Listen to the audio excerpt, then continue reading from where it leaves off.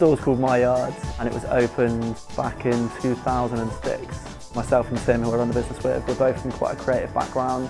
So when we first launched the store, we wanted good design and real nice graphics. We did that alongside local artworks. We had kind of artists come in and do work within the store.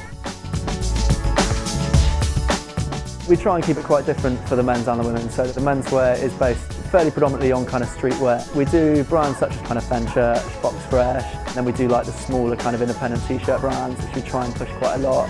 So we've got brands like Dephect, Lazy O. We've got our own brands which where we work with a whole load of kind of street artists. Now we kind of push quite a bit of edgier fashions and a bit smarter, so we deal with quite a few kind of Scandinavian brands.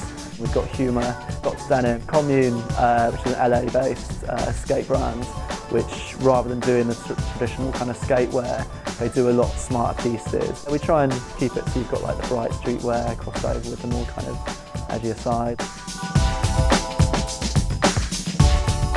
Womenswear, it's not so much towards the kind of streetwear, more about the kind of the shapes and the cuts instead. Brands like Nymph, which are also connected with Humour. Sugar Hill Boutique, which is a real nice UK brand, and they're a little bit more pretty, but just some real nice pieces. One of our employees, Harriet, who deals with all of our womenswear, Brian, she's got her own brand called Yeah, which is a just real nice, edgy new kind of brand. We wore Collect London, Grizzly Nights, a real cool mix, and all of our vintage as well, which we do for the women's and men's. The vintage shoe lounge for the girls, we do like the old Americana kind of vintage belts for the guys.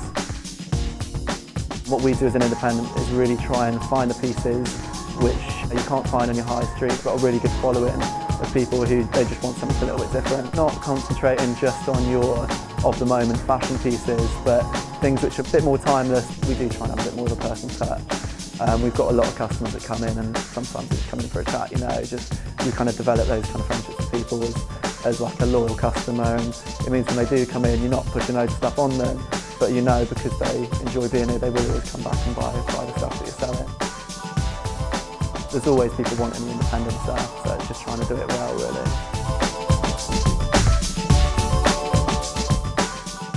With margin, again, like I said before, about trying to find those kind of key independent brands, there's not many places you can find those. In UK, there's not that many kind of really strong shows. I think Margin's one that's got just a real core kind of thing, based around the smaller, aspiring brands, rather than trying to push the high street names that everyone's already seen before. It's real nice, good feel to it. Over the years, we've found good brands which have done really well for us. People like Dephect, Lazy O, Found that just exhibited, who we've just started stocking, which is like revamped kind of clothing using recycled materials with their own shapes, and that's been doing brilliantly. For a new aspiring label, you've got to be so cautious of your figures.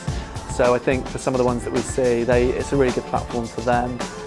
You know, it's quite a low fee for a show, but for what you get and the level of buyers that come there as well, I think because it's been going a long time, it's picked up a really good base of buyers. It's a great little show.